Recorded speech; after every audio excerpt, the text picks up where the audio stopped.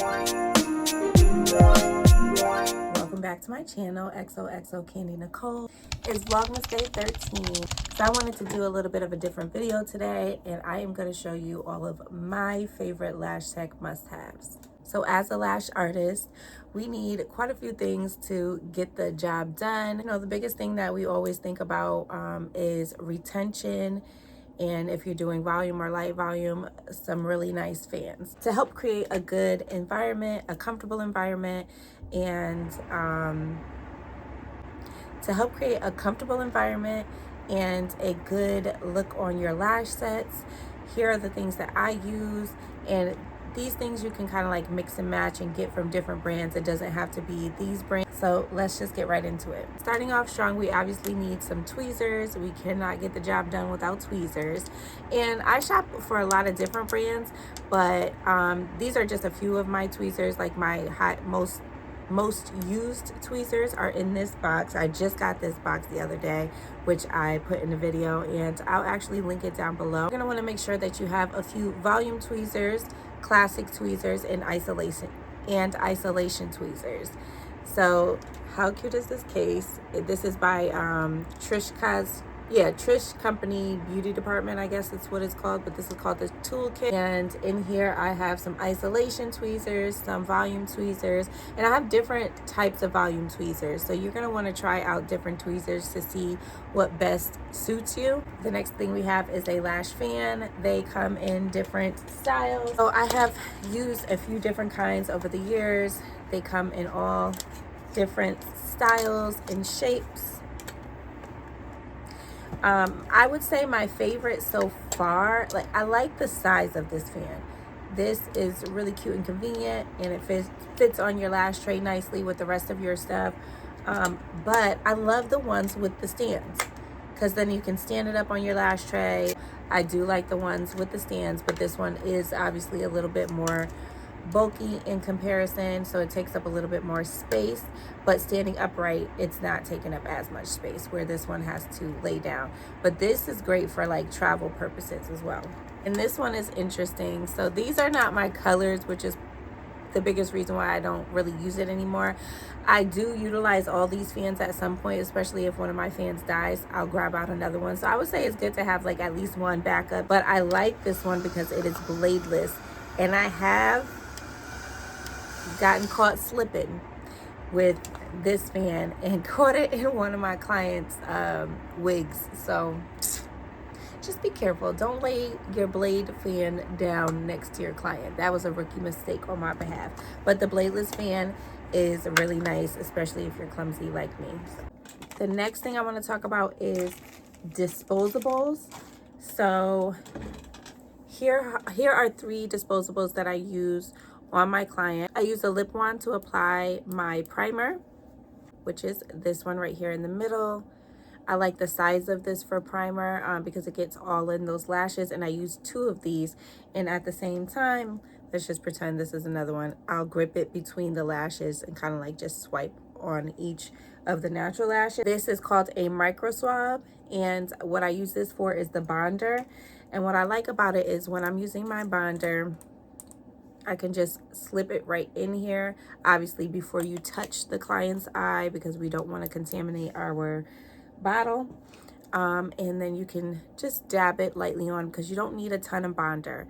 A little bit goes a long way, and this gets just the right amount of product. And then I also use a spoolie, obviously for brushing out the lashes.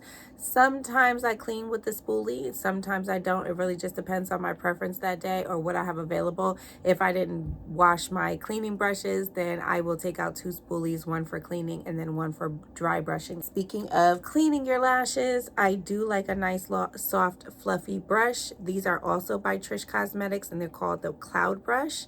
Now, initially when I bought these, I wanted them all in this middle color just because it's so sleek and pretty, but there's nothing wrong with having backup. So I have a couple of these. Sometimes I just buy regular like eyeshadow brushes. They're literally the same thing. So don't feel like you have to buy these because they say they're lash cleaning brushes. Just get you a nice soft fluffy makeup brush, and that'll do the job too. Just make sure it's clean. Also in the disposable category, lint-free wipes. You're going to want to use these to wipe your adhesive bottles off. So once you drop your adhesive in your glue ring or on your jade stone, whatever you're using, you're going to want to wipe off the top, because that buildup from the glue is going to clog it. And also you just don't want that old glue going into your adhesive cups. Glue rings. I use glue rings for my sets. You can use glue rings, a jade stone, however you want to do it. You need something to put your glue in. I like a glue ring because I like to sit it right up on my finger as I'm lashing. If I have to go somewhere separate, I'm just thrown off. So I like everything to be right here at my fingertips. And I tend to go for, let's see if you can see it. So this one, I've used different ones. This one has like a heart shape inside, but I like the one that's split down the middle so that I don't go through as many glue rings. I can put one drop here, and then I like to switch out my glue usually like between every 15 to 30 minutes. I know 30 minutes sounds long, but it works for me. So this allows me to at least get 2 glue drops out of 1 glue ring. And I also like the ones with the ridges because I don't pinch my fans. I actually don't even prefer pinching my fans. I like to create my fans in my glue ring. So this helps to have right there as you're lashing. I have my hydrogel eye patches. These I just order from Amazon, and whatever I can find the link to, I will try to link it down below. But I really love these because this brand, what is it, Green Life, it adheres to your client's under eye really well, even prior to tape. I don't have any issues with them slipping or moving. I always use some distilled water, keep that in here in this little bottle, and lash shampoo. So I usually just do 2 pumps of the lash shampoo, clean off the lashes, and then I go in with my distilled water to rinse them off. Primer. So primer is not used for every client, right? You're going to want to analyze whether or not your client needs the primer. So if they're more on the oily side, or there was like makeup buildup after you cleaned the lashes, you might want to go in with a primer. I just use the Stacy Lash primer. It works for me. It's inexpensive, and you can get this right on Amazon. I've just recently switched over to VI's, and I really enjoyed their adhesive. This is just the regular extra strong, and I use this in combination with the VI's Super Bonder. So these work really well together. I have great retention with my client. What I also like about this is that the fumes aren't super strong, so I don't ever have anybody walking out with super red eyes or complaining about irritation during the service or even after the service. I haven't had any issues with allergies or anything like that. So I really like this glue. We're going to need some lashes. I use like a variety of lashes. So I have some VI's here. I have some Vava Lash. I tend to use Vava Lash more for classics, but I have been starting to switch over to VI's. I have some Lost Artistry lashes. This is a brand that I have been newly introduced to, which is called Hibiscus Beauty, and she's local. So that's convenient, and I've actually really enjoyed her lashes. They're very soft, and her location is super cute. So I enjoyed going there. I haven't really been using the Live Bay lashes, especially their volume. Now, they could have changed because I've had these for forever, but I don't really like their volume lashes. So I might give them one more shot and see how they are. Do I have any more?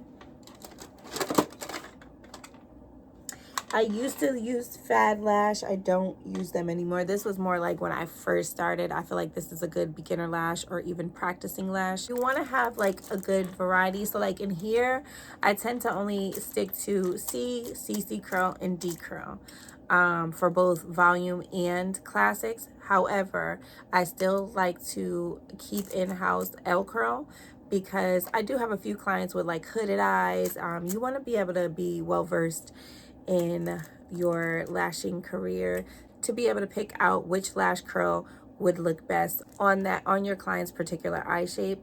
So I like to keep L curl on hand, and I might have like 2 or 3 clients that use an L curl. Next up is a mirror, a lash mirror. So I actually have 2 different kinds of mirrors that I like to use. This one I use actually 3. This one I use just to check my work as I'm working, and I can go right up underneath the client's eye just to make sure everything kind of like looks symmetrical and I'm not missing any gaps or anything like that. I also have this one that's attached to my ring light. This mirror comes in handy because I can also see while I am lashing from a different angle, and then when your client opens their eyes, they can see themselves in here too. Or a handheld mirror. So this one is a new one. I just had like a regular acrylic one before, but I thought this one was super cute, especially for pictures, to snap some pictures of your client while they're holding this, but also just for them to take a look at their lashes when they're all said and done. This next item I feel like can be controversial because in the beginning of my lash career, I feel like everybody had a nano mister. And then all of a sudden it kind of like disappeared. Nobody wanted to use the nano mister, or it was deemed unnecessary. However, I'm noticing lash techs going back to the nano mister because I feel like it just adds a good touch. Misting your client's lashes can also create a better bond. These two together really just sets off your retention for your client. Lash bath kits, super important. As lash artists, it is our responsibility to encourage and drill into our clients how important it is to keep their lashes clean.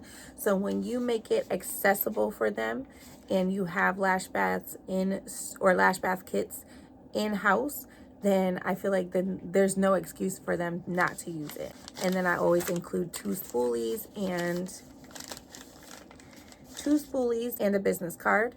Another thing that is not necessary, right, per se, but this is just a regular heating pad, but you can they also have like heated blankets and things like that. I feel like that's a nice touch, especially in the winter. If your spaces, tends to be on the colder side, or you just have a client that runs more cold, then these are a nice touch. And I always ask beforehand. Sometimes I have it preheated and I set it on like the medium to low setting, and then I let my client know, hey, the heating pad is on. If it gets too hot, just let me know and I can shut it off for you. But my clients love the heating pad. Next thing you need is a nice comfortable pillow. This one feels so good, and it's like memory foam. So, and what I like about it is that it has like this neck and headrest area right here. You also want to try to find one that unzips. That way you can take this off periodically and disinfect. Next thing is super duper important, and that is some barbicide, a barbicide container and barbicide itself. We got to disinfect our tweezers, and you want to scrub it off with antibacterial soap first, then submerge it into your barbicide to make sure your space is nice and sterile and clean for your clients. Another important thing is our lash carts or lash trays. I like to have a rolling cart. Now, you don't necessarily have to have a rolling cart, but you do need something to keep your supplies on, and just a few things for it. Like I use this to keep my lash supplies, but I also use the bottom two trays on this to keep the ones that I need to access immediately. This is kind of like for overflow. Another important thing is NextCare tape or just lash tape in general. I prefer the NextCare brand because it is medical grade tape. I usually use the blue one, which is sensitive. So that's my favorite one. The blue one is my favorite, but I did recently just discover this on accident because I ran out of tape and needed some more. My CVS didn't have any of the blue NextCare tape. I usually order it on Amazon, but I needed it right then and there. So I picked this up, and I really like this tape. However, you got to be careful with this because it is more sticky than the blue tape, and so you want to be careful when you're peeling it off of your client's lashes because you don't want to pull on them. So I would suggest the blue NextCare tape. That one is like chef's kiss. Can't go wrong with it. All right, so as you guys know, when you're lashing, or if you've ever gotten your lashes done while you're laying, it can start to get uncomfortable even if your bed is set up in a way where you have like memory foam padding and things like that. Some of us have more of an arch in our lower back, so with that, you need some leg support. So not only is this comfortable for your legs, but it also kind of aligns your back to where you're more flat. So I have this wedge pillow that I got from Amazon. and it looks like this. And this also comes with a zip cover so that I can clean and disinfect periodically. I would also suggest really nice bedding, nice comfortable bedding for your client. Most of my clients love to get under the blanket and get cozy, and they feel like they're at home. A lot of them tend to fall asleep, and they always tell me how comfortable and cozy it is in here. So that always gets me excited because I want to make a nice, comfortable, cozy space for my clients. And another good thing to have that's a must-have is a comfortable chair. Now, I have this saddleback chair, and it gets the job done. I will say I feel like it's better for my posture. However, if you are a fuller person and your bottom area is fuller, it can get a little bit uncomfortable sometimes. So I am looking into a better chair. So I tend to lean forward. So all of this area is just unsupported for me. So I kind of want something that comes closer to my back and higher up, because most of my pain comes in my shoulder area. I notice myself hunching. Part of that is my fault, and obviously you need a lash bed. I like my lash bed, but I would like to eventually get a new one. But what I do like about it is that I can move the headrest up and down. But lash beds, those are a dime a dozen. You can get kind of like any lash bed and make it comfortable. Hopefully this was helpful. If you have any more suggestions for what you would like to see on this channel, please let me know, and I will see you in Vlogmas Day 14.